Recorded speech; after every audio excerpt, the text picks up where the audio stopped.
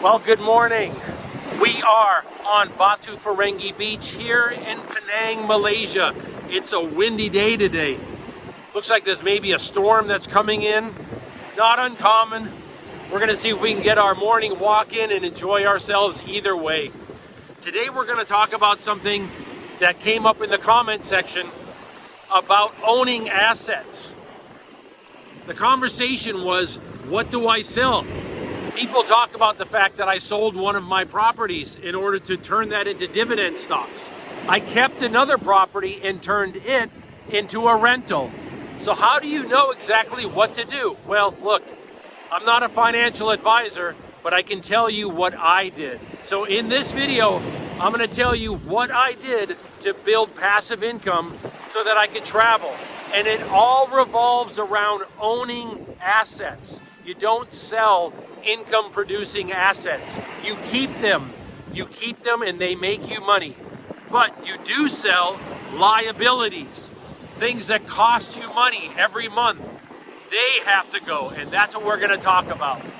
We're also gonna get out of this crazy storm that's coming and we're gonna have ourselves a nice hot cup of coffee and we're gonna get ourselves a great bite to eat as well. So let's enjoy the beach, whatever we can before this rain hits. Take a look, I'm gonna show you. You see that? It's coming, okay? So let's go ahead, find ourselves a place to sit down and have a good conversation. I'm glad that we're gonna talk about this, it's important. Let's go.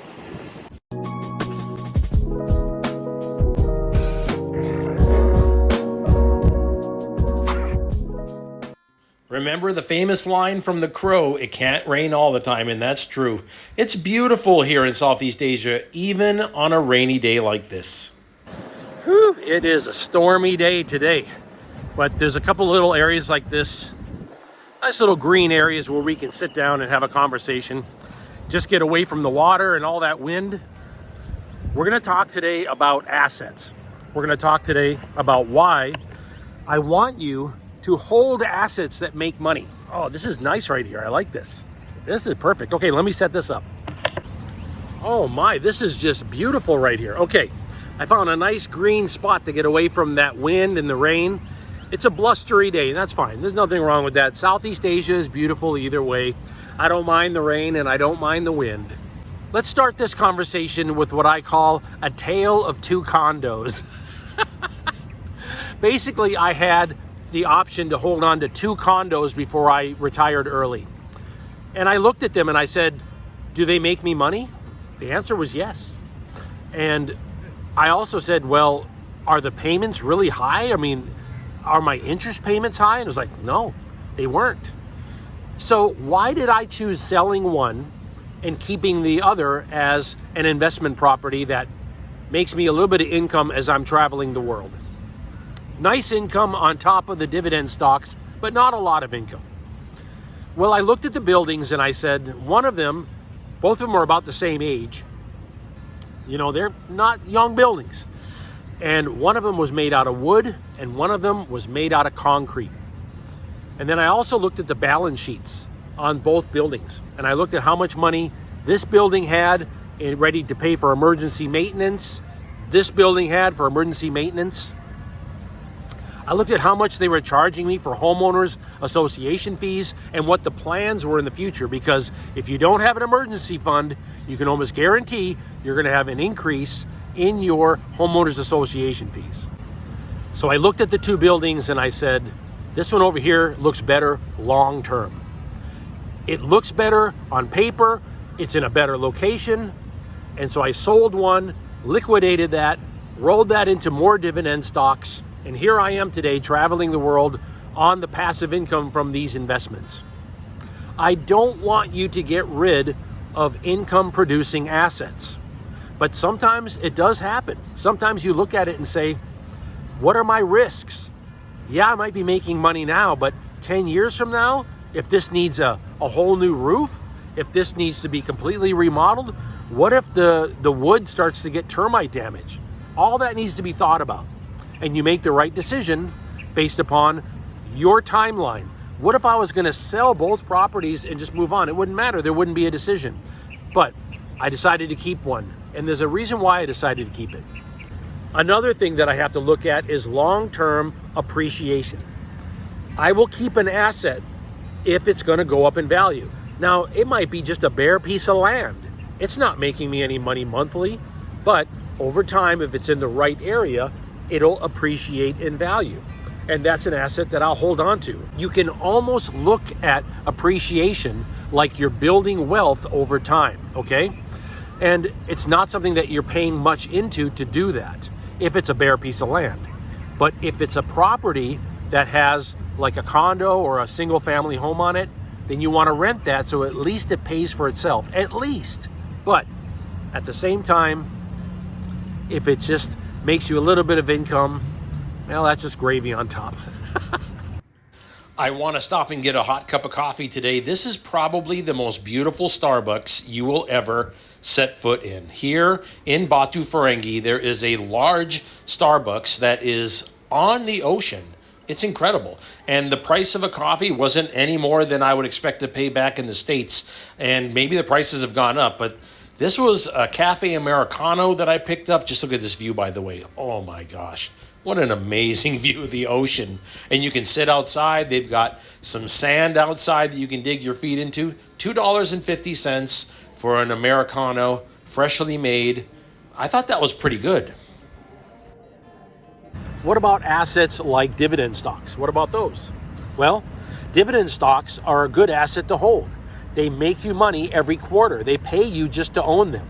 You own good companies and they pay you a portion of their profits. I did a whole video recently discussing dividend stocks and why I choose certain dividend stocks. And the whole reason behind that is because I think that's another great asset class. It's not a liability, it's making me money. And so I'm holding on to it. You see, assets and liabilities are two very different things, and people get them mixed up sometimes. Sometimes people say, I don't want to sell this sport motorcycle that I have. And I don't want to sell it because, it's worth so much money. But what they're really saying is I paid a lot of money for it. Think about that. Over the few years that they've owned it, they've probably lost $10,000 in value on that sport bike. The same thing is true with other kinds of big ticket items that we buy. We sometimes get confused between what a liability and an asset is. If something is losing value over time, that's the same as if it's costing you money over time. You're losing your wealth. If something gains value over time, it's an asset. Maybe sometimes you have to pay a little bit of maintenance to maintain it, like a property or something like that. Sometimes you don't, like a dividend stock. But otherwise, if you have a property that's growing in value, it's appreciating, or if it's making you money, like monthly or quarterly payments, rental, dividends, keep those assets. Those are assets you hold long term, unless they become some kind of a risk. In order to get out of the rain, I found this little place called the OK Cafe. What an interesting little place it was. They had quite an operation cooking up delicious food, and the range of foods that they offered was amazing. And this was tucked away in an area that had, some touristy type items to purchase and all. Thank you so much. Oh, that looks great. What fantastic food. This is the black pepper beef, $4. I ordered another dish. Sweet and sour chicken with cashew nuts, and it had some different veggies mixed in. Just fantastic. $4 a piece. If I don't finish this, what I usually do is just take some back to my room, and I have a little bit of food to eat. I don't mind it. It gives me something to eat later on in the evening, but I'm finding low-cost meals here on Penang Island. And it's really helping me live a low-cost lifestyle while I'm in Southeast Asia. I eat low-cost. I'm trying to eat as healthy as possible. I think it's working out.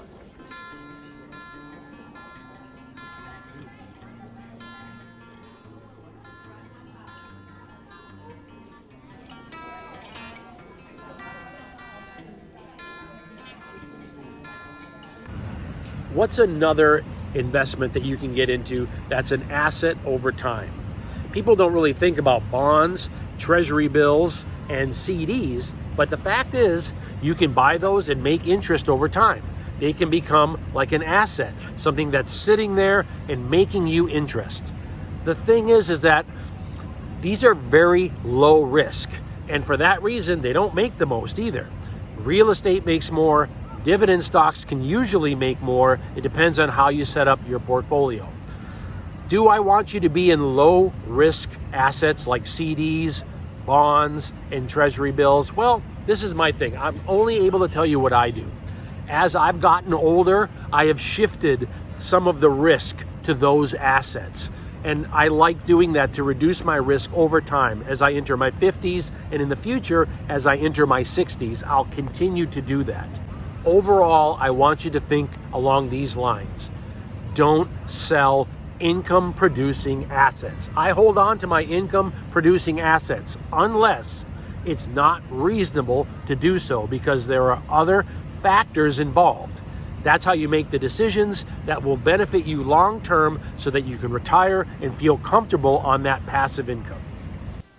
Hainan Treasures is a well-known place for the locals. I go in during the day, so there's only a few people here, but at night this place is standing room only, very busy. They actually have two separate kitchens.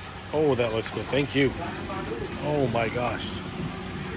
How delicious. This is one of the spring rolls that they make. Now, I ordered a lot of food because on this particular day, I wanted to bring some back to the room and have some food back at my guest house. But I always pick up one of these. These are so good. And the sweet, spicy sauce that they make, oh my gosh, it's just perfect. The prawn omelet is delicious, and it had these tasty, freshly made shrimps inside of them. This dish now is a spicy seafood vegetable dish. And again, when you put these together, you get a nice meal later on in the day. These meals were inexpensive. They were only $3 each, so it didn't make any sense to not just pick something up for later on that day. Oh yes, give me those shrimps.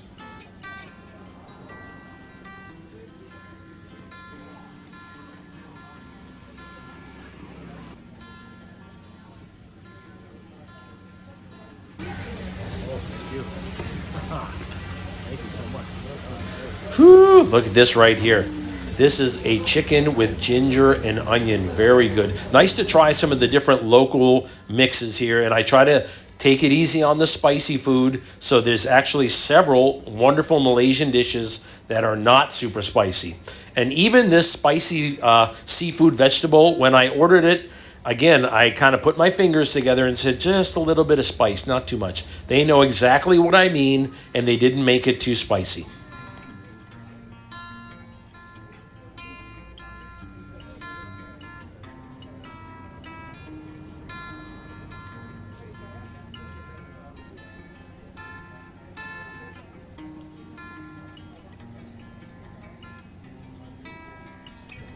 What a wonderful meal. I loved it. This was fantastic. I will come by here again. Ooh, I can feel the first raindrops are starting to come right now. They're starting to come down right now. I'm really glad that you spent some time with me today. I don't mind the rainy days. I don't mind the windy days. They're fine with me. I don't care. I love living in Southeast Asia, and I love traveling the world the way that I do. And it took time for it to happen. And it took work, and it took planning. And that's what we talk about here on this channel. Do you want to learn more about building passive income? Do you want to learn more about traveling the world as a minimalist, living on your passive income, low cost, overseas? If you do, like and subscribe the video. And we'll continue to travel and talk about how you too can live a very simple lifestyle like I do. Nothing luxury, just low cost, enjoyable, and peaceful. Okay, we'll talk again soon. Aloha. I was just minding my business, walking along the streets of Penang, when he saw me, the mad cat of Penang. Well, what are you doing there? How are you doing? You having a good day? Yeah. You're having a good day. Yes, you are. Yeah. You out patrolling the streets tonight? Are you out patrolling the streets? Yes.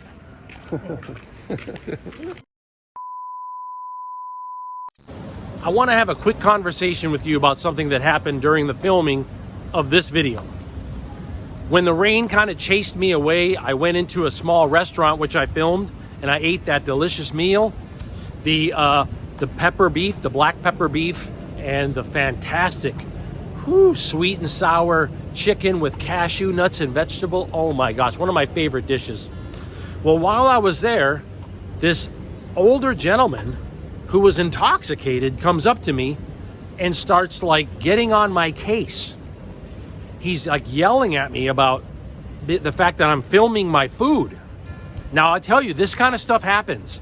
If any of you are thinking of doing this type of videoing around the world, these things happen. I told this guy, sir, I was polite. I said, sir, you're in a foreign country right now. You're drunk and you're trying to start a fight. And the craziest thing was, he had his family sitting over there with him. And it stopped him in his tracks. And I said, look at the example you're showing to your grandkids over there who are looking at him right now. And he walked away. The reason why I bring this up is two reasons. One, you yourself, if you're going to be doing this type of videoing anywhere or doing any kind of social media, stay polite, stay professional, and don't be afraid to walk away from a problem. But two, don't be on the other side either, because getting into a fight in a foreign country is a bad idea. When you go to prison in a foreign country, there is no system like there is in the US or in your Western country. No. You're on your own. They're not going to let you call. There's no phone call. It's like, how much money do you got to pay for your attorney? In some countries, you could look at between $10,000, $20,000, $30,000 to get an attorney just to get you out of jail. There's no bail. There's no letting you out. Okay? These Southeast Asian countries, these are not New York and Chicago and LA. No, they take crime seriously here, and you will go to jail. So I put that out. You need to control yourself when you're overseas, okay? Control your anger, and also don't be afraid to walk away from a bad situation.